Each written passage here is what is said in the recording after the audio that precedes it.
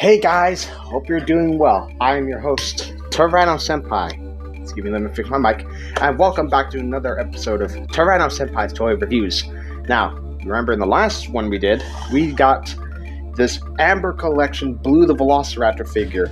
Link in the description down below for you to check out that video. But today, we're going to be unboxing something else from Beast of the Mesozoic. The last thing we unboxed from there was the subadult Triceratops. Well, we are actually going to be unboxing another Ceratopsian, and it's right here in this box. So, let's go ahead and open it up. Been waiting a long time for this dinosaur in particular to come. And with this being a 1/18th scale model, it will be in scale with this Triceratops that I have right here. So we'll definitely compare the two of them side by side. And as soon as I get it out of all this packaging, and here it is, everybody. The Beasts of the Mesozoic, Nasutoceratops. I haven't seen it before, so I'm going to go ahead and flip it around and get a good look at it. Oh, wow. Look at you. You are phenomenal.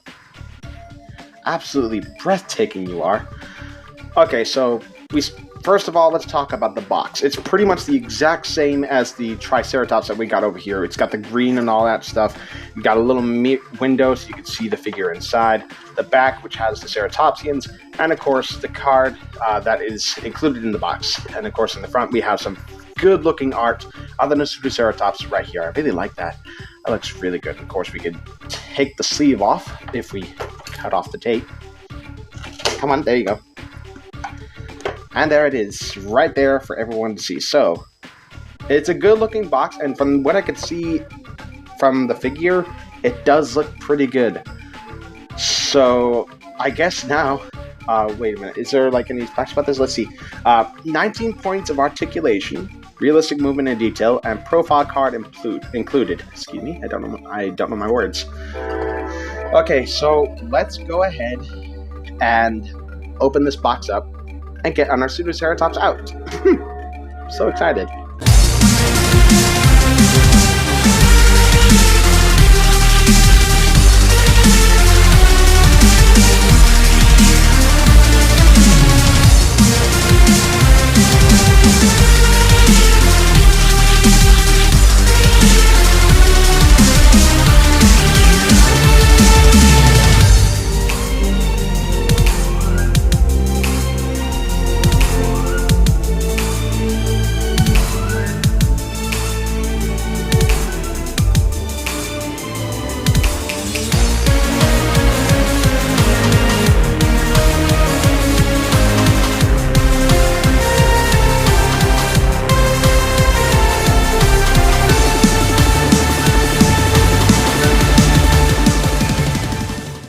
And here we go, ladies and gentlemen. The Beast of the Mesozoic, Nasutoceratops.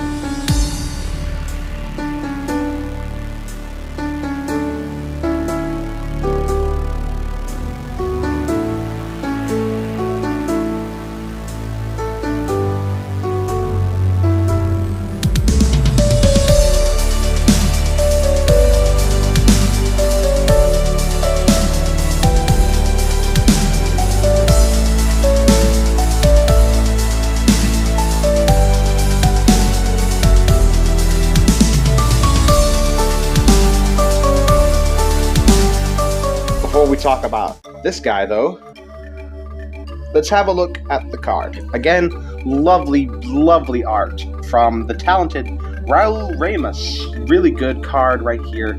You can see the Nasutoceratops clear as day on the back, and then of course we have the back of the card, which has the picture of the figure. Focus camera, if you will, please.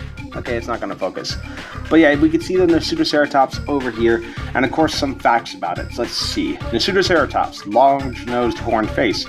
Length, 4.5 meters, 14.8 feet long.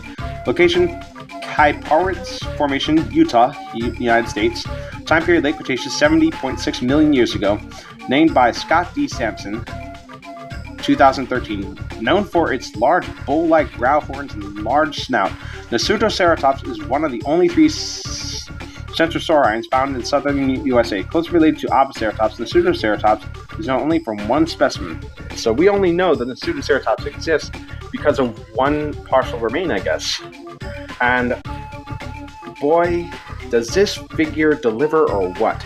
Let's go ahead and talk about it a little bit as I'm doing this. It looks really good. I mean, this is definitely different from what we saw in Jurassic World Battle at Big Rock. That's for sure.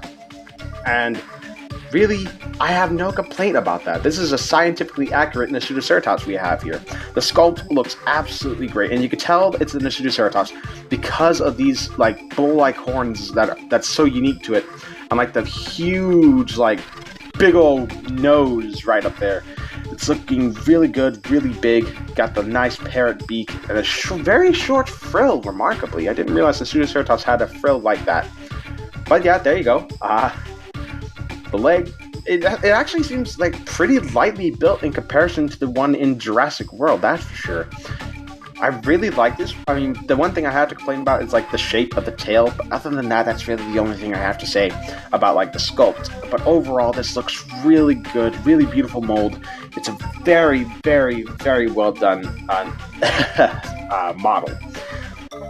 I have no faults to give it. I gotta give this a 10 out of 10 for sculpt. As far as paint goes, like with all the dinosaurs in the Beasts of the Mesozoic series, the colors are based on things found in nature. In this case, it is the Baja-collared California lizard, I think it is. I'll put a picture of it so you can see it. But I think the colors look pretty spot on for like this kind of dinosaur, and I like how like it's so flashy. Yeah, it looks like it's something that could definitely be from nature. This is something natural looking. Like you'd actually see this in the wild. And it looks so perfect. We got lots of different color applications. We have gold, green, red, white, just all over the body. We got a kind of off-white color along the belly. I really like these scales down here too, which are all like crocodile-like, and they all just continue all the way along the tail and up the throat. It's a really good figure. David Silva and his team have done another banging job with making these dinosaurs. I'm still amazed that these things even exist. Why couldn't I have these in my childhood? Why? These look so good. Oh man, where have you been, David Silva? All these 21 years of my life. Yeah, sculpt good, color application very good. I love it. Like the dark greens on the back and the kind of bluish white colors by like stripe along its back and like dots of red in between. It's so good looking. Let's see. I mean, I can't really see any like spills of paint. It all looks evenly painted. Even like the toes are like individually painted, which is something that I really, really like. This is by far one of the best looking ceratopsians I have. Now, how about we compare it with the subadult Triceratops? Let's get them up to scale. I'm gonna get my Triceratops out of its pose real quick though, so that way we can get a better idea. Okay, so in comparison, I'd say that looks about fair. They are about the same size, maybe the Triceratops just being a little bit longer than the Nasutoceratops here. But then again, you have to bear in mind, this is a subadult, not a fully grown individual. So the real thing is going to be much, much bigger than that. So in comparison, the Triceratops is also pretty bulky. I mean, look at that rib cage. This thing's thick, and this one's actually pretty light. This one here is more durable than this. You can definitely tell that you can't mix these two up. This is you can tell these are two completely different animals by looking at their faces. I mean, the Triceratops has like these long, straight horns above its like that, and of course the nose horn. The Nasutoceratops has the curved bull horns that it's so famous for, and a big old honking nose here without a horn, which is really distinguishable from other ceratopsians. I mean, the only thing this could be confused for is an Oviceratops. And even then, the Oviceratops has horns that go up and then down, while the Nasutoceratops go out and straight. Like that. And it's easy. And plus, the Oviceratops doesn't have a honking nose like this. I know I'm saying a lot about the nose, but come on, you can't really confuse the two. But if I were to choose between the Triceratops and the Nasutoceratops, which one would I pick? I honestly still say that the Triceratops is a winner here. I'm not saying that the Nasutoceratops is bad. Obviously, I think you should get this, because it's a beautiful figure. It's amazing how well David Silva had created this thing. It's beautiful in every way. I love its color, I love the design. It's definitely something I love, and it's one of the most obscure dinosaurs that are out there. And I love that David Silva is like going for dinosaurs that people don't really all know all that much about. Generally, like the public, they don't know like that this dinosaur exists until Battle at Big Rock. I didn't know this thing existed until Battle at Big Rock. But yeah, enough about that though. Let's actually talk about articulation, because like with all the dinosaurs, as you can tell by all these cuts, it's very posable. So we'll start from front to back. So let's start by opening that beak, and you can actually open it pretty wide. I wonder if, yeah, the teeth, I don't know if you could tell, but if the camera could focus a little bit, I mean, I could see like back there, the teeth have all been individually painted, and I love that little bit of extra detail that David Silva and his team have done. Just like getting tiny touches to make it look as real as possible. The mouth is also textured, but like with the Triceratops, you can't articulate the tongue because, well, it's too small. And that mouth can open really wide. How wide can it go? Let's see. It could go pretty wide, but I wouldn't want to open it that wide, because you then have that very awkward gap. I'd open it probably that wide, which is fine by me. You can also move the head like side to side like that. You can also probably, yeah, you can move it up and down just a little bit, but it's mostly the neck, I think, that does the up and down motion. Oh, there goes the head. Good thing this thing can reattach. There we go. And just like that, it is back on. See? It's okay. So you can also move the neck side to side. I don't know about up and down motions all that much. It looks like most of it is like from the head. And you can also move the limbs. Like you can move the arm, you can move it out, you can move it up and down. I'm pretty sure you can move it out, yep. You can also move the elbow and the little feet. Actually, the feet don't seem to turn all that much. Oh wait, never mind, they do. It's just this one is very stiff. The legs, you can also move up front and back. You can also probably move, yeah, you can move the hind leg a little bit. You can also move the ankle, I think. Yep, this is the ankle.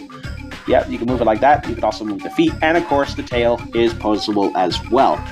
So let's go ahead and try to figure out what pose we're going to do for this. I'm actually going to try to match what this Nasutoceratops is doing on the card as closely as I can and try to pose it like that. So give me 1 second, you guys. Okay, so this is the pose I ended up doing for the Nasutoceratops. Honestly, I think I did pretty well in matching the card. I think I did pretty well, if you ask me. All in all, I really can't fault this Nasutoceratops whatsoever. It is beautifully designed. David Silva and his team have once again made another brilliant, absolutely brilliant dinosaur. As far as price goes, this is pretty costly. You're looking at pretty high quality stuff. I'll go ahead and put up the price for you. Yeah, there you have it.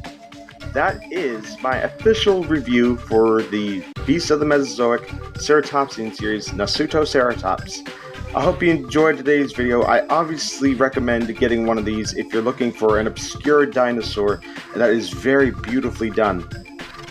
And of course, that's where I'm going to have to wrap up today's video. If you enjoyed it, leave a like, subscribe today, hit that notification bell so you don't miss anything new. And until next time, this is Tyranno Senpai signing off.